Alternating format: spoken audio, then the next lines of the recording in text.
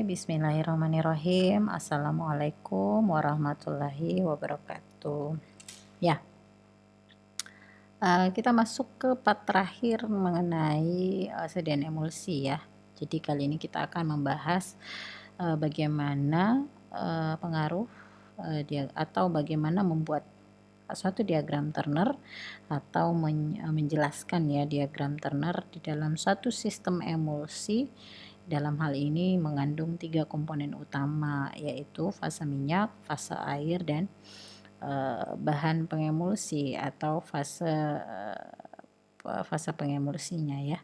Jadi ada 3 komponen utama yang menghasilkan satu fase. Jadi ada 3 fase yang bisa menghasilkan satu fase di dalam fase emulsi, dalam sistem emulsi.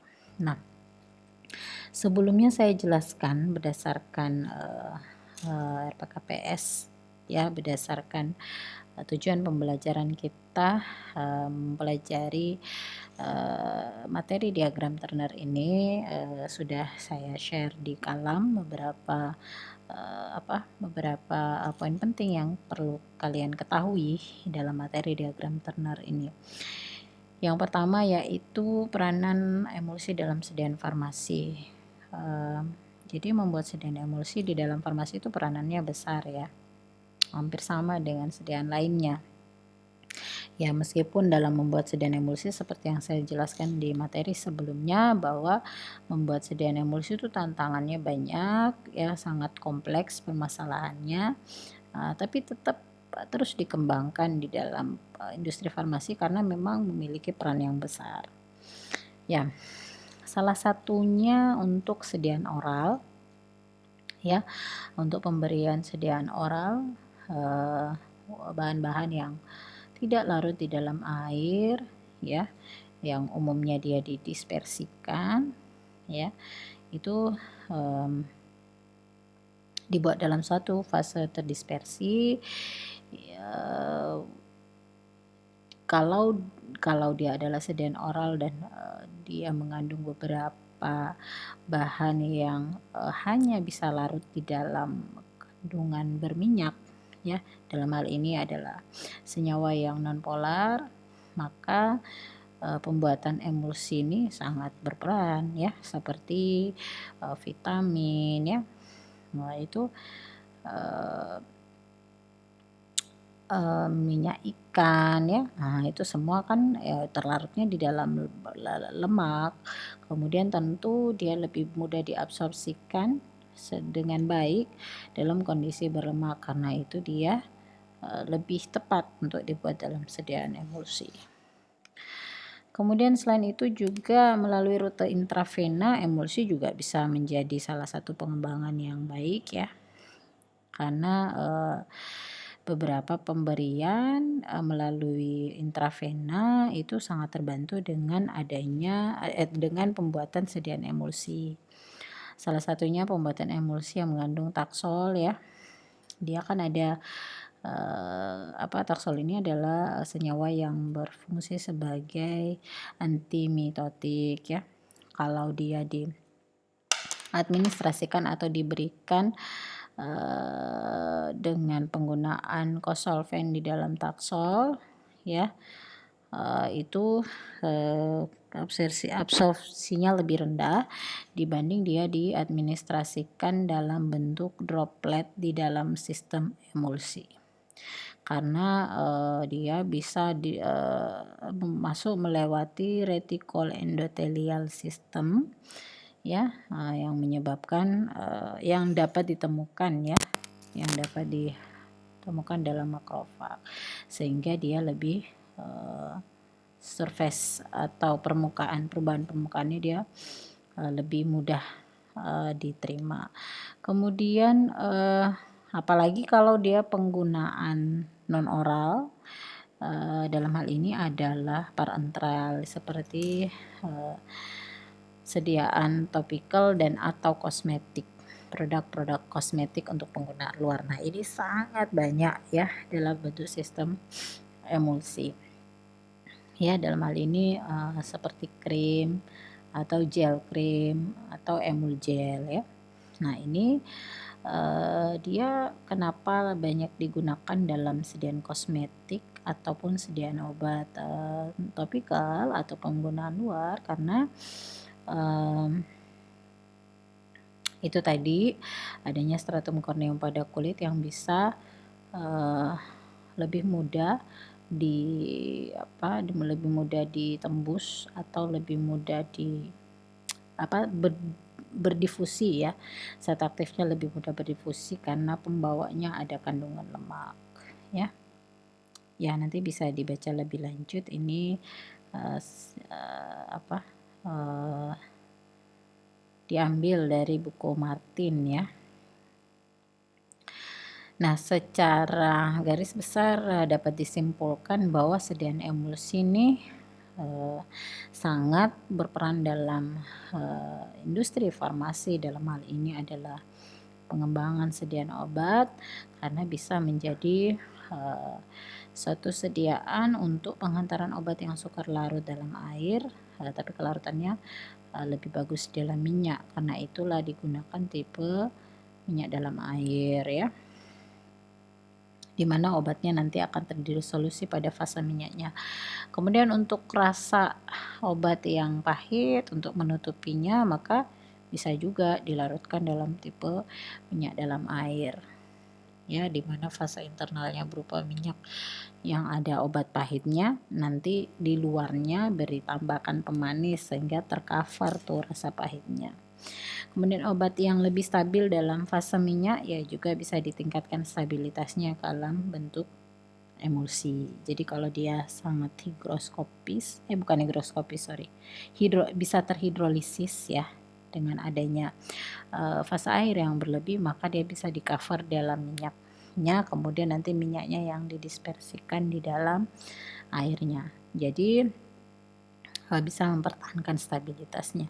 Kemudian emulsi juga dapat digunakan untuk memperpanjang rilis obat, khususnya untuk obat yang sustain release ya, terutama emulsi semi solid ya, sehingga pelepasannya bisa ditunda karena fase minyak ini bisa sebagai cadangan yang bisa berpartisi sedikit demi sedikit untuk diabsorpsi.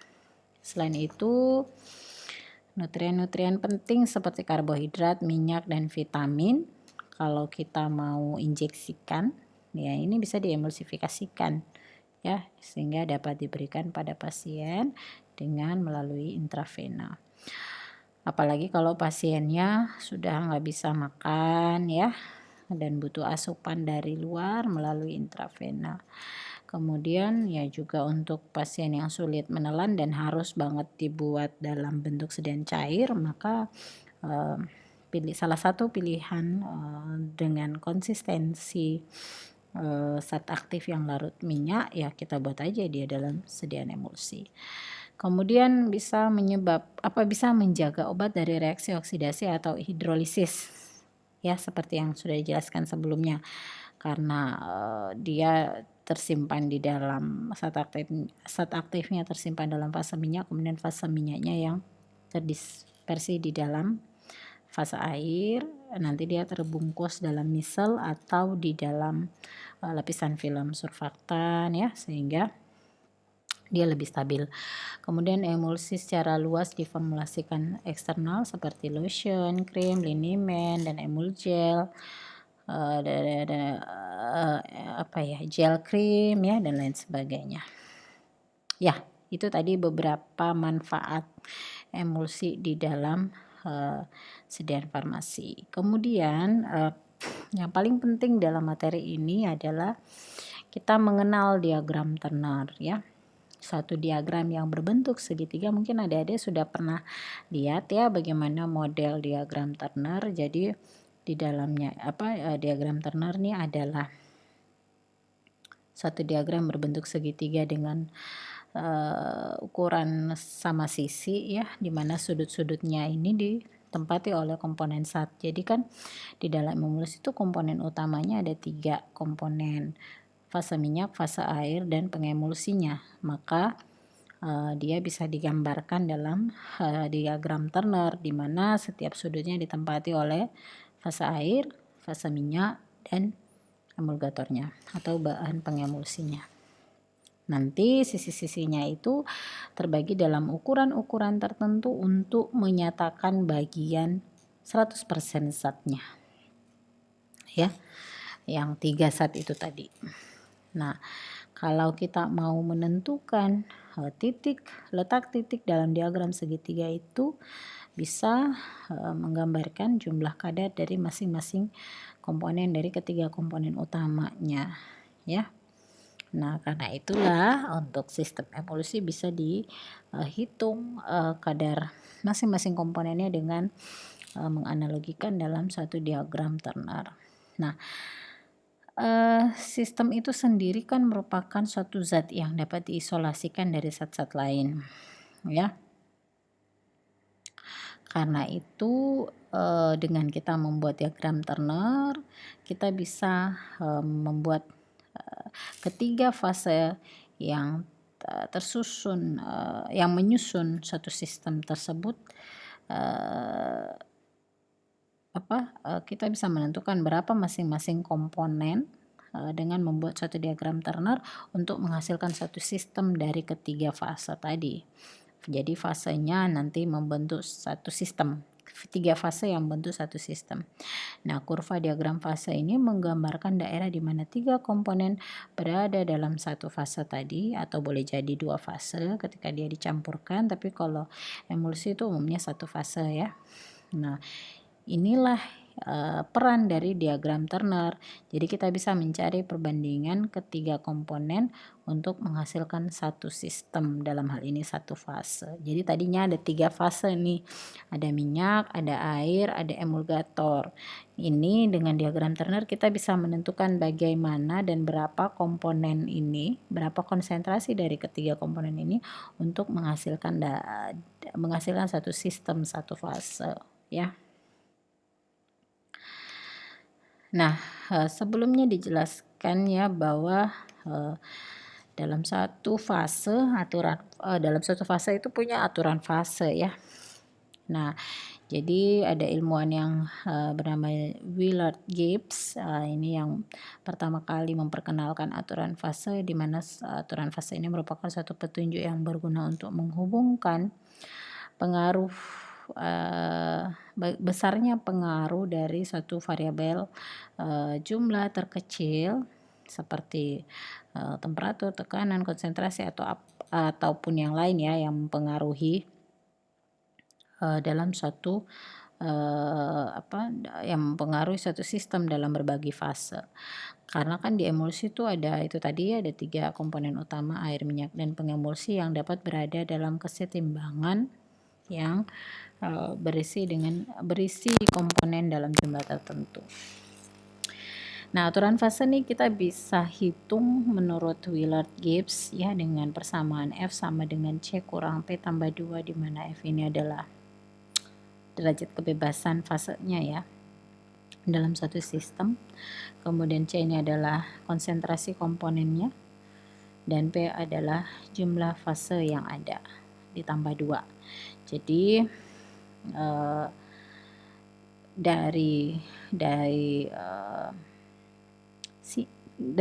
dari beberapa fase di dalam sistem emulsi ini kita bisa buat dalam satu fase dengan menghitung atau memperkecil derajat kebebasannya.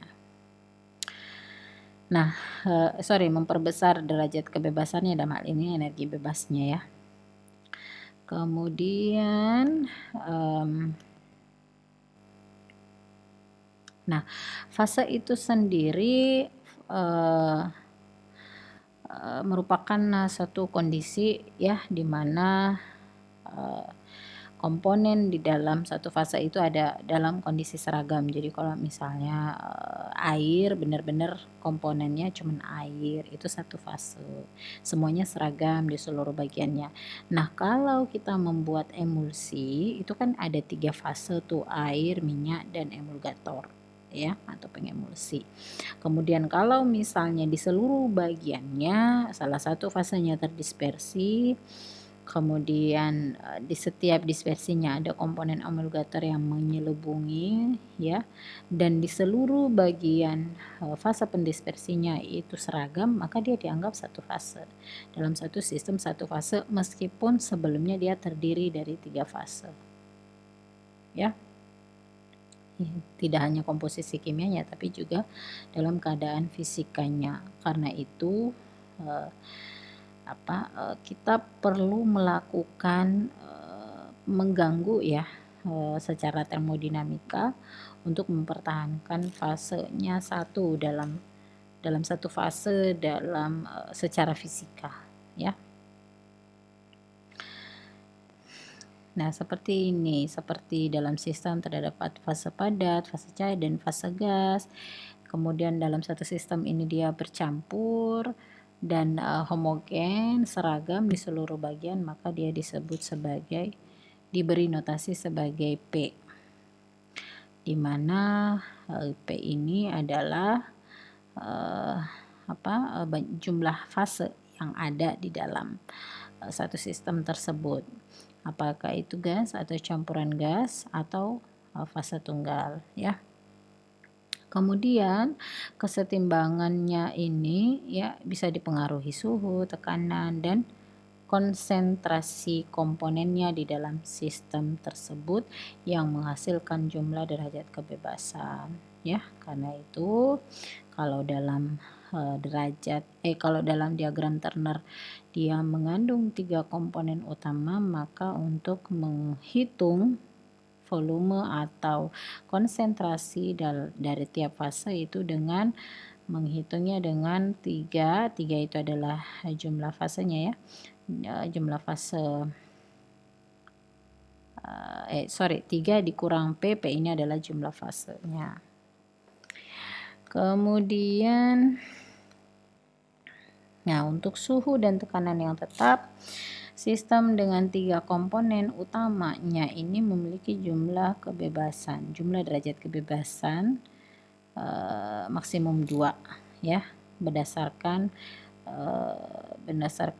hukum Gibbs ya. Ini nggak perlu dijelaskan lebih lanjut, hukum Gibbs sudah pernah dipelajari di materi farmasi fisika. Ya, jadi kenapa dia memiliki derajat kebebasan maksimum 2? Hal ini dikarenakan karena jumlah fase minimum yang terbentuk adalah satu fase. Kalau dia terdiri dari 3 komponen, dia bisa menghasilkan satu fase di mana ketiga komponen ini bergabung dalam satu sistem. Bisa jadi dia saling melarutkan dan homogen, atau kalau dalam emulsi dia terdispersi merata. Kemudian jika dalam sistem hanya terdapat satu fase, maka nilai V-nya itu 2, berarti untuk menyatakan suatu sistem dengan tepat perlu kita mengetahui atau menentukan berapa jumlah konsentrasi dari 2 komponennya agar menghasilkan sistem satu fase. Ya. Tapi kalau dalam sistem terdapat 2 fase, kemudian dia setimbang secara termodinamika, maka V-nya 1, berarti hanya satu komponen yang harus ditentukan konsentrasinya untuk menghasilkan satu sistem satu fase seperti larutan ya. Kemudian oleh karena itu sistem 3 komponen pada suhu dan tekanan tetap itu dia punya derajat kebebasan maksimum 2 ya, dimana jumlah fase minimumnya adalah 1. Jadi 3 komponen ini kita mau buat dalam satu fase, maka derajat kebebasannya adalah maksimum 2 ya, karena 2-nya ini yang mau dihitung nih berapa konsentrasi yang tepat untuk membentuk satu fase atau satu sistem. Maka diagram fase sistem inilah yang bisa menggambarkan berupa segitiga ya, berapa komponen murni yang dibutuhkan untuk menghasilkan satu sistem dalam satu fase untuk 3 komponen dari 3 fase yang berbeda. Kemudian jumlah fase dalam sistem zat cair 3 komponen tergantung pada daya saling melarutnya ya. Kemudian kalau dia daya saling melarutnya rendah ya tentu akan mempengaruhi jumlah fase yang terbentuk dalam satu sistem. Makanya di emulsi ini walaupun antara air dan minyak tidak bisa terlarutkan, perlu penambahan emulgator. Nah, disinilah nanti akan dibahas bagaimana peranan salah satu fase untuk menghasilkan satu sistem ketiga fase tadi, ya. Menghasilkan, jadi nggak bisa cuma minyak air kemudian menghasilkan satu sistem, harus tambahkan emulgator. Nah, peran emulgator sebagai fase ketiga ini besar untuk menghasilkan satu fase, ya. Jadi tadinya cuma 2 fase minyak dan air, tapi karena kita menambahkan satu fase, akhirnya dia bisa terbentuk menjadi satu sistem dalam satu fase, ya. Nanti dijelaskan lah di akhir bagaimana peran salah satu fase di dalam pembentukan sistem satu fase. Nah, karena itu campuran yang terdiri dari 3 komponen tadi harus memiliki komposisi perbandingan masing-masing komponen yang perlu diketahui. Nah, untuk menentukan bisa salah satunya dengan cara pembuatan diagram Turner. Nah, diagram Turner, kaidah pembuatannya ya, diagram Turner nih ada masing-masing sudutnya tuh menunjukkan 100% berat satu komponen. Jadi komponen A, B, dan C ya, karena ada 3 sisi ya. Jadi karena dia masing-masing menunjukkan 100%, akibatnya puncak yang sama akan menunjukkan berat 0% untuk 2 komponen lainnya ya. Nanti bisa dilihat lebih lanjut pada gambar diagram Turner-nya.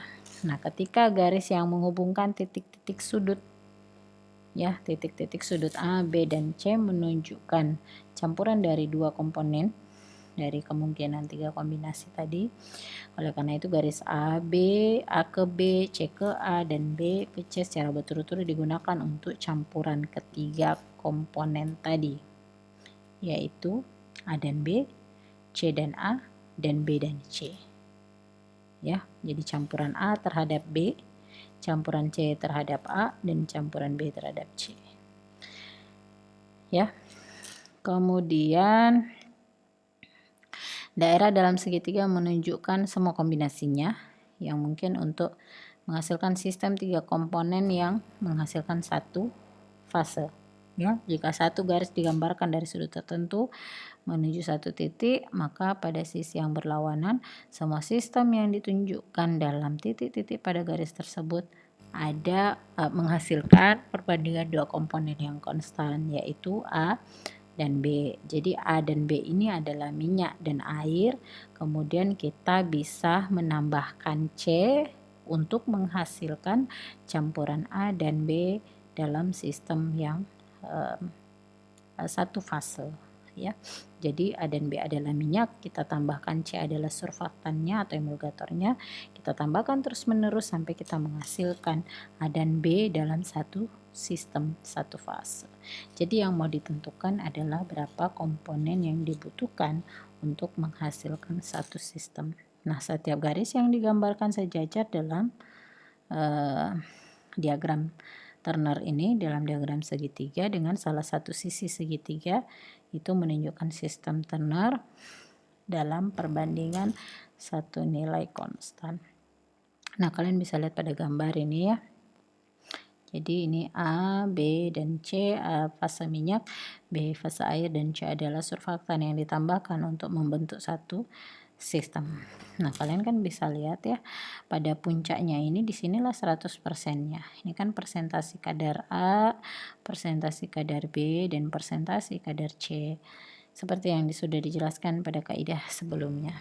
Nanti diagram 3 sudut ini yang membentuk segitiga di mana sudut-sudutnya ini ditempati oleh komponen zat yang terkandung dalam satu sistem dalam yang merupakan 3 komponen. Jadi diagram Turner ini hanya untuk 3 komponen ya. Kemudian nanti pada salah satu sisinya ditentukan kedua titik yang menggambarkan jumlah kadar zat dari masing-masing untuk menduduki sudut pada kedua ujung sisi. Ya. Nah, kemudian nanti ditariklah garis yang sejajar dengan sisi yang dihadapinya. Nih. Kita tariklah garis sejajar dari masing-masing sudut sehingga membentuk diagram Turner dalam bentuk segitiga sama sisi. Kemudian saya langsung ke contoh aja ya. Ini contoh pembentukan emulsi. Jadi ada air dan minyak. Airnya ada di fase dalam dan minyaknya ada di fase luar yang masing-masing terbentuk misel, yaitu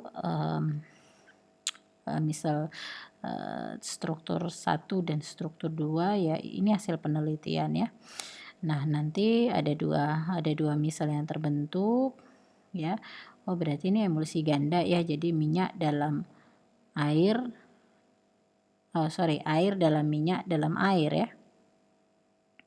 Jadi terbentuk dulu misal pembungkus globul minyak, lalu terbentuk lagi misal pembungkus globul air, kemudian misal minyak ini menyelubungi air.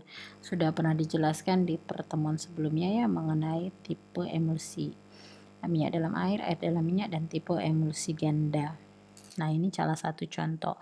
Nah, penggunaannya di sini water, oil, dan surfaktannya ya, atau pembentuk misalnya. Nah, kalian kan bisa lihat pada kurva diagram Turner, ketiganya ini masing-masing di sudutnya ini komponen 100%-nya. Tapi kalau kita mau membuat satu sistem, maka kita tarik ke tengah nih. Kita lihat berapa jumlah water, jumlah oil, dan jumlah surfaktan yang dibutuhkan untuk mendapatkan satu sistem emulsi. Dalam hal ini emulsi minyak dalam air. Emulsi ganda. Nah, ini contoh ya. Jadi kalian bisa lihat pada titik 1 ini kan kalau ini komponen A, B, dan C. Sebenarnya letaknya sama aja ya. Pokoknya A itu umumnya adalah water, dan B adalah oil atau minyak, dan C adalah surfaktan atau emulgator. Nah, pada titik nomor 1 kalian bisa lihat untuk menentukan berapa jumlah A, komponen A yang dalam hal ini air, berapa jumlah komponen minyak, dan berapa jumlah komponen surfaktan untuk membuat emulsi dalam satu sistem pada titik 1 ini. Itu lihat dari sini nih, 60 ini ya, 60 ini kan skala A ya. Jadi 60 dikurangi A itu ya. Kemudian untuk B-nya berapa? B-nya 1 sini nih garisnya kan. Nah, ini B-nya berarti 20% kurang B, dan untuk C-nya, C mana C ini? C-nya garisnya ke mana? Sini 20% ya. Jadi 20 kurang C. Nah, itu bisa menghasilkan 100% secara keseluruhan. Jadi 20 tambah 20 tambah 60. Terus untuk titik 2 begitu juga ya. Untuk titik 2 untuk komponen A kita lihat, mana sih? Untuk komponen A ini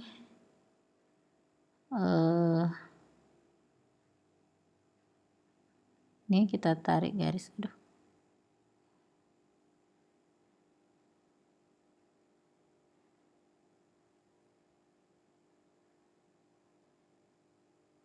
Ya, dia untuk komponen A 5% dikurang A ini, kemudian yang B-nya, yang B mana B?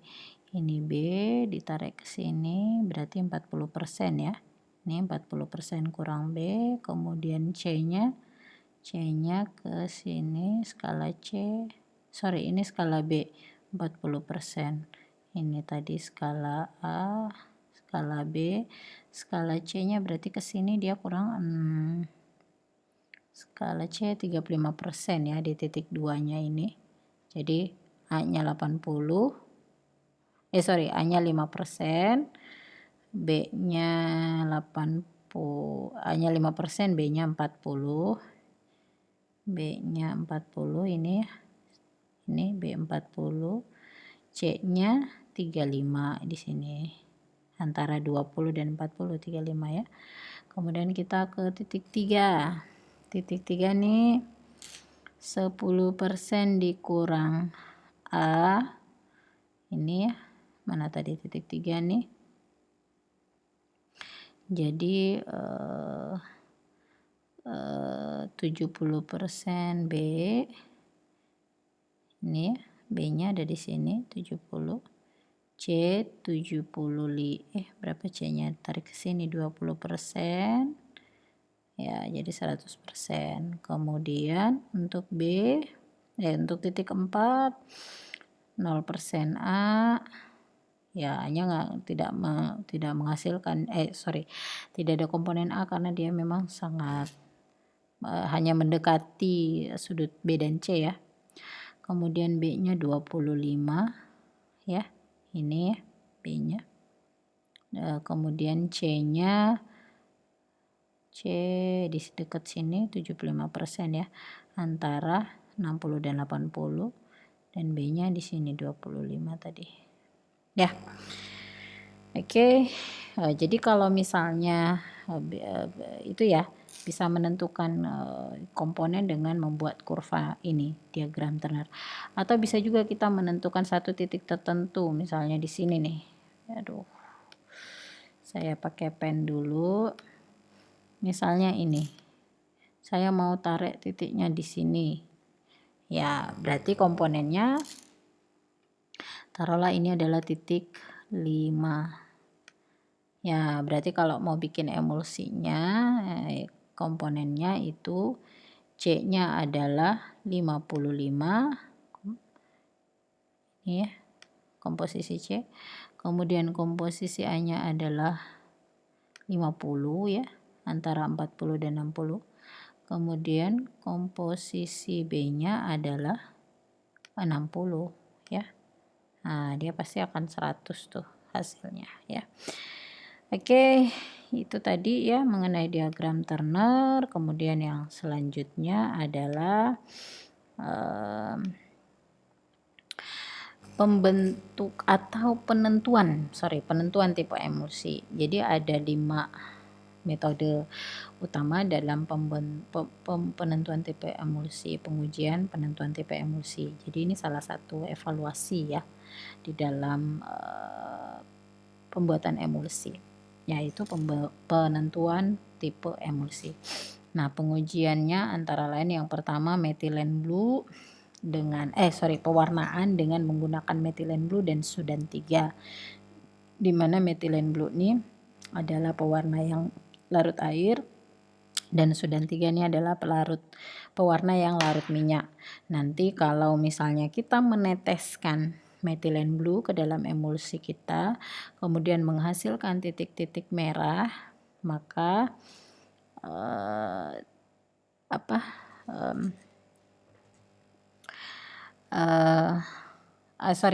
kita meneteskan methylene blue dan Sudan 3 kemudian menghasilkan titik-titik merah tapi menghasilkan biru yang lebih banyak dominan, maka tipe yang terbentuk adalah minyak dalam air. Sebaliknya kalau dia menghasilkan titik-titik biru karena methylene blue ini warnanya biru ya, kemudian Sudan 3 berwarna merah.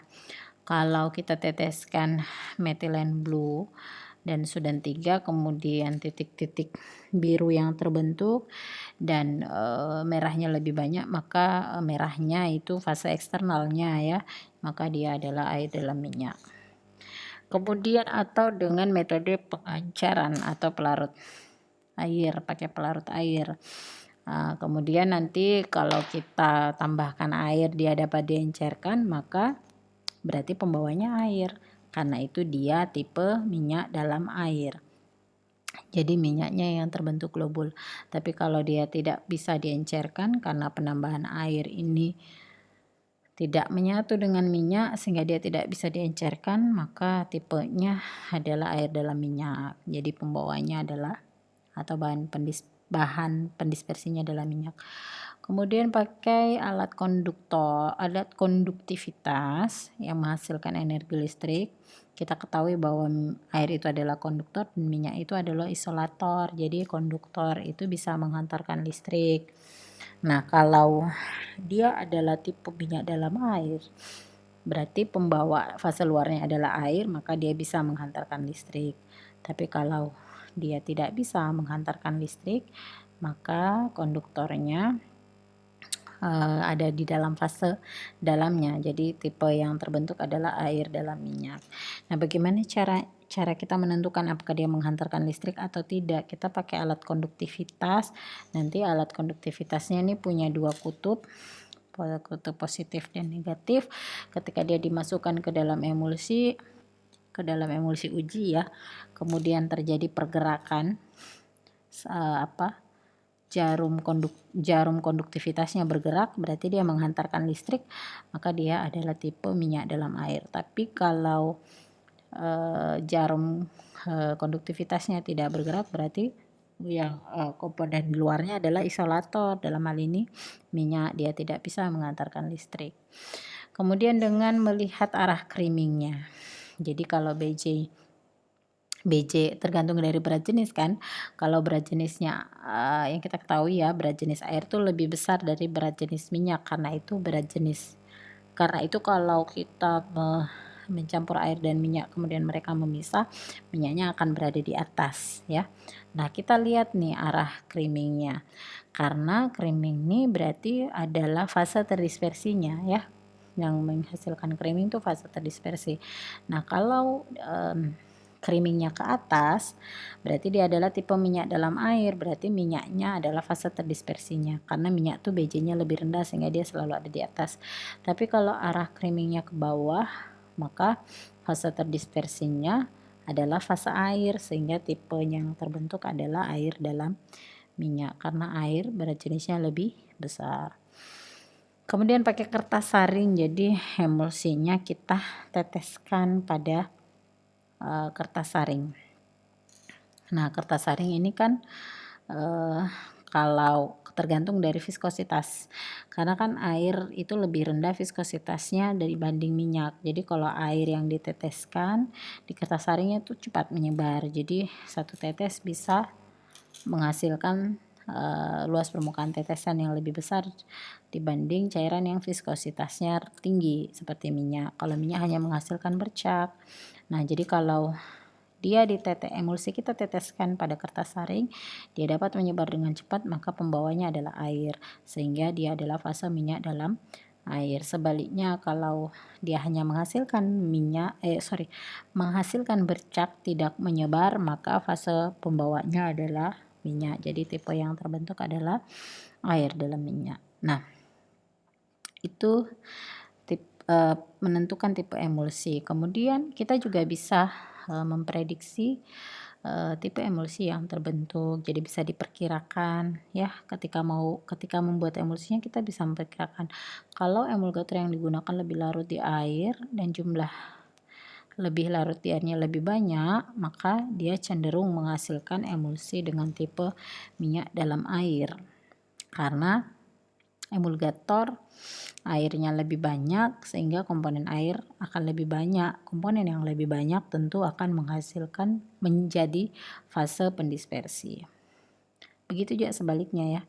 Kemudian pembentukan tipe emulsi minyak dalam air juga lebih mudah terbentuk bila volume fase airnya lebih banyak daripada fase minyaknya. Itu tadi ya, tergantung konsentrasinya.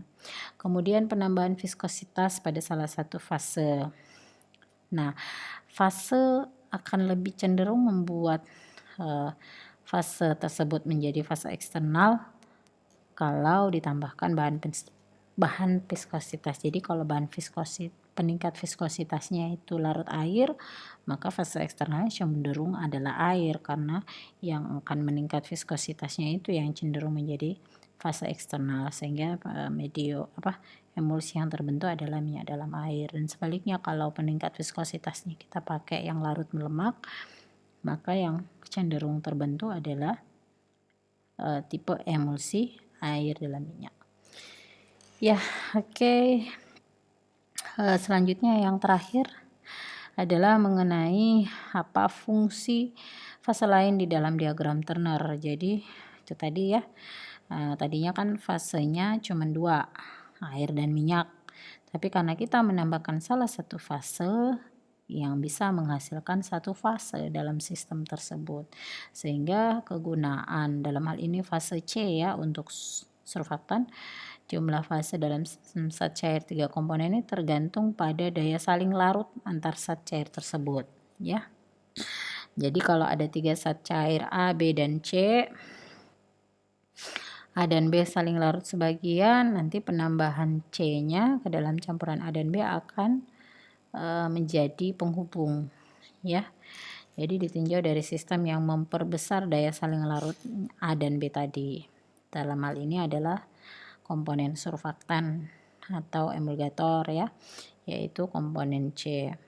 Jadi nanti akan menjadi penghubung di mana dalam hal ini ada komponen A dan C serta B dan C yang saling terlarut sempurna, sehingga kelarutan cairan C dalam berbagai komposisi campuran A dan B itu bisa digambarkan dalam suatu diagram Turner, sehingga salah satu fase dalam diagram Turner akan menyebabkan terbentuknya satu fase tadi, yaitu emulgator atau emulsifier ya.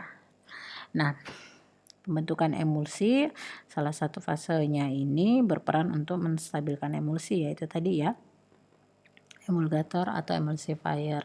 Jadi nanti diagram Turner ini tujuannya bisa menentukan jumlah bahan pengemulsi yang digunakan untuk menghasilkan suatu sistem emulsi dalam satu fase yang lebih stabil, di mana fase air dan minyak dapat terbentuk menjadi fase dalam satu sistem dispersi ya.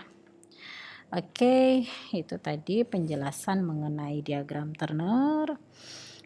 Untuk lebih lanjut boleh ditanyakan pada pertemuan di Zoom. Jadi materi ini merupakan materi terakhir untuk emulsi ya, untuk sediaan emulsi. Karena itu kita akan silakan persiapkan diri, kita akan kuis di pertemuan Zoom, dan seperti biasa akan ditambahkan kuis di akhir akan ditambahkan tugas ya di akhir sediaan. Jadi nanti tugasnya seperti dengan sediaan sebelumnya, kalian akan diberikan tugas membuat atau mencari jurnal ilmiah ya, penelitian mengenai pembuatan dan evaluasi emulsi, kemudian melakukan review jurnal tersebut. Nanti dijelaskan pada pertemuan Zoom ya. Oke, untuk rekaman kali ini saya tutup. Atas perhatiannya diucapkan terima kasih. Wassalamualaikum warahmatullahi wabarakatuh.